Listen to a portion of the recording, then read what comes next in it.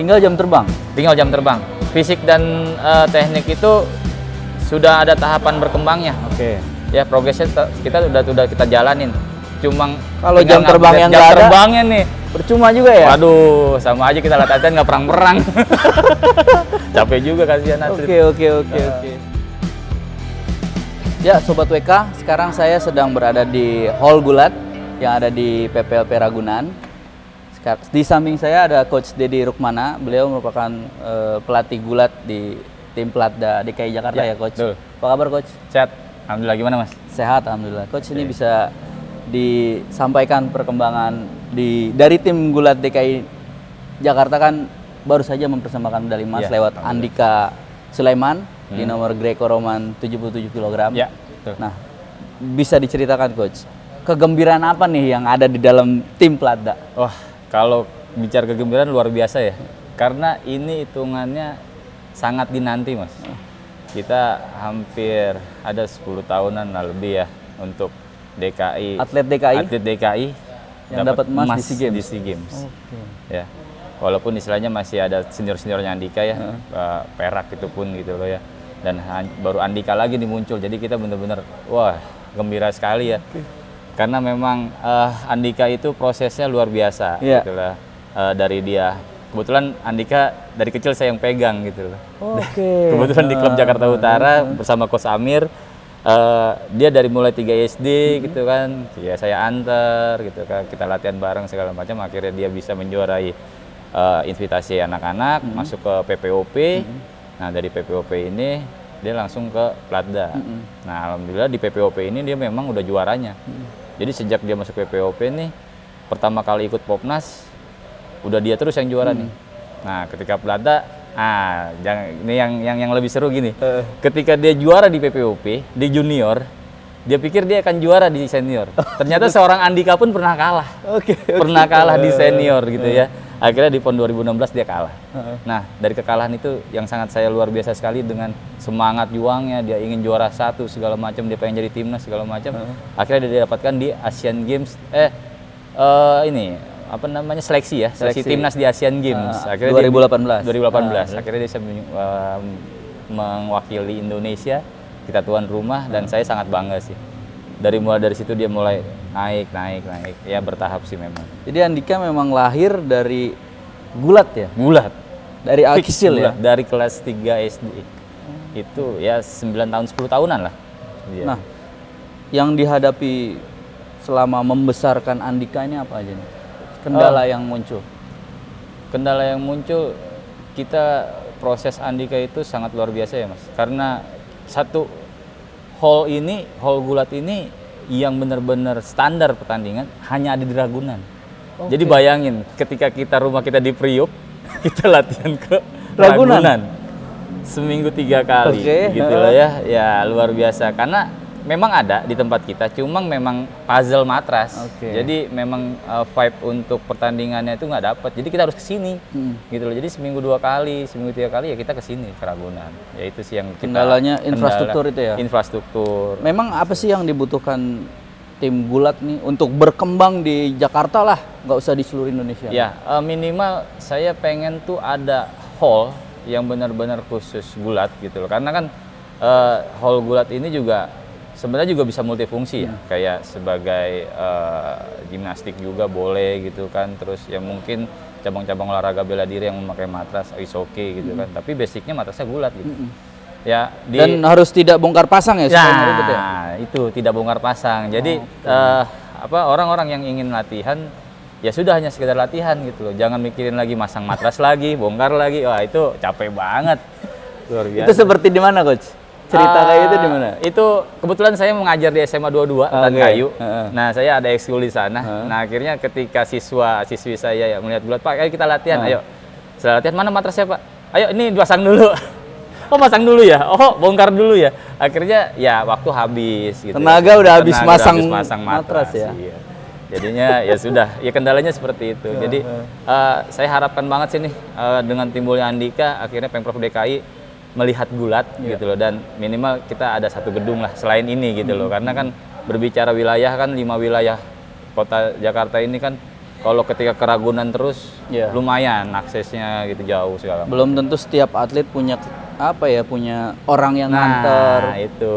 punya waktu. Nah, Jadi didekatkan lah ya betul. hall itu ya. Minimal di Minimal satu di setiap kota kabupaten. Betul. Setuju sekali itu. Emang target kita selain udah Andika jadi juara akhirnya kita ada kayak nih gitu ya Iya, di wilayah satu-satu gormah gitu ya. Karena ya kita harus akui ya, Gulat meskipun tidak seperti sepak bola tapi kemarin telah cetak sejarah ya. Wah, sejarah banget. Sejarah banget itu sangat dinantikan sih. Itu memang luar biasa. Alhamdulillah gitu. Nah, ini saat ini coach soal tim Platda ini ada berapa siswa, terus kemudian siapa saja yang prospek bisa juga. Di Platda itu kita ada 15 ya, 2 putri, 15 atlet. 15 atlet, Oke. 12 putri, 13 putra. Oke. Dengan gayanya masing-masing dan kelasnya masing-masing. Nah, karena memang kita kurang minatnya warga kota gitu kan, dan yang itu tadi kendala-kendala yang saya tadi sebutkan, jadi kebetulan kita ada PPOP ya, jadi PPOP memang debutnya akhirnya langsung ke Platda karena dari sisi teknik dan sisi fisik yang mumpuni gitu loh. Karena kalau misalnya kita rekrut lagi dari orang yang tidak rutin seperti PPOP, prosesnya lama Mas Gulat. Iya. Agak lama memang. Normalnya sih seperti bola ya, ada SSB-nya Ya, gitu betul. ya. Tapi pada karena dasarnya seperti itu. Iya. keterbatasan semua tempat. nyasar langsung ke PPOP ya. Iya.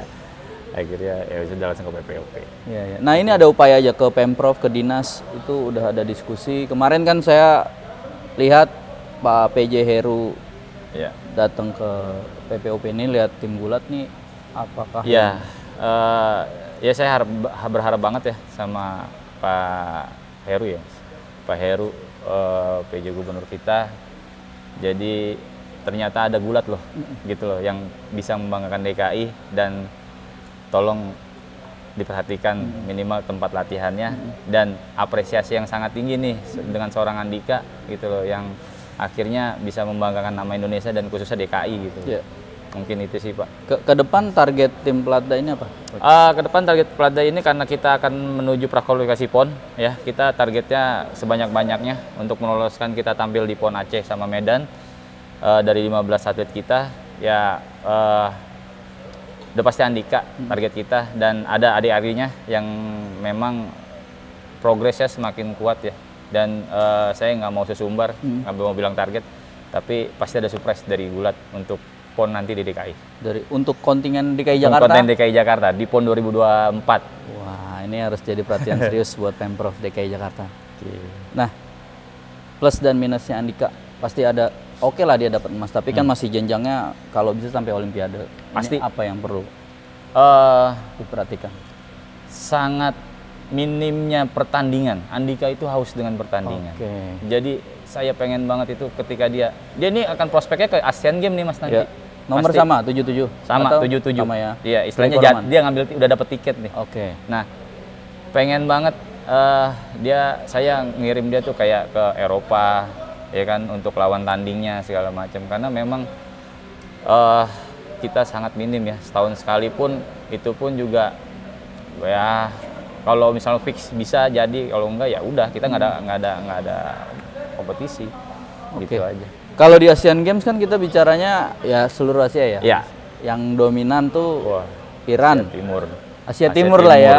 Asia Timur memang belum. Kirgistan gitu Kirgistan. ya. Oke. Nah, ini gimana handicap ini tuh gimana ngatasannya selain tadi tentu jam terbang ya? Ya, jam terbang. Karena kan kemarin pengalaman Andika tiba-tiba langsung tembus jadi perwakilan kita di Asian Games tuan rumah, ya memang kita masih jauh gitu. Oke. Tapi kan dari pengalaman itu saya ya 10 besar mah insya Allah lah Andika minimal menang lah gitu loh. Minimal di dalam babak kualifikasi ada menang sekali atau 2 kali buat peringkatnya dia di nanti di UWW itu.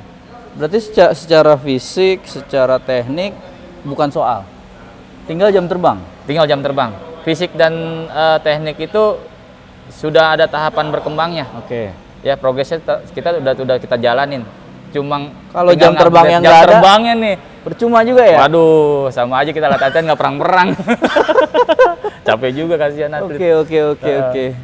Jadi bukan cuma Andika sebetulnya, Gulat sendiri Gulat butuh kompetisi ya. Gulat sendiri penjelasan. butuh kompetisi gitu. Untuk kontinuitas Kontinuitas. kehadiran atlet. Iya. Jadi di situ dia bisa merasakan, oh ini gue bertanding nih gitu. Gitu sih. Keren coach, mudah-mudahan ini didengar pihak-pihak terkait dan ada upaya langsung untuk berbenah. Amin. Kalau nggak bisa di 5 kota kabupaten ya berapa dulu lah? Dua lah. Dua lah. Ini kan selatan nih. Ah. Minimal Jakarta Timur, pusat, atau barat, atau utara lah minimal gitu. Mudah-mudahan pasti didengar ini, Siap, insya Allah. Ya Sobat WK, terima kasih.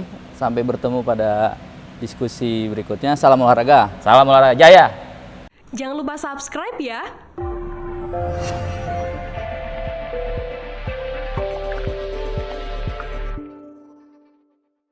Jangan lupa subscribe ya.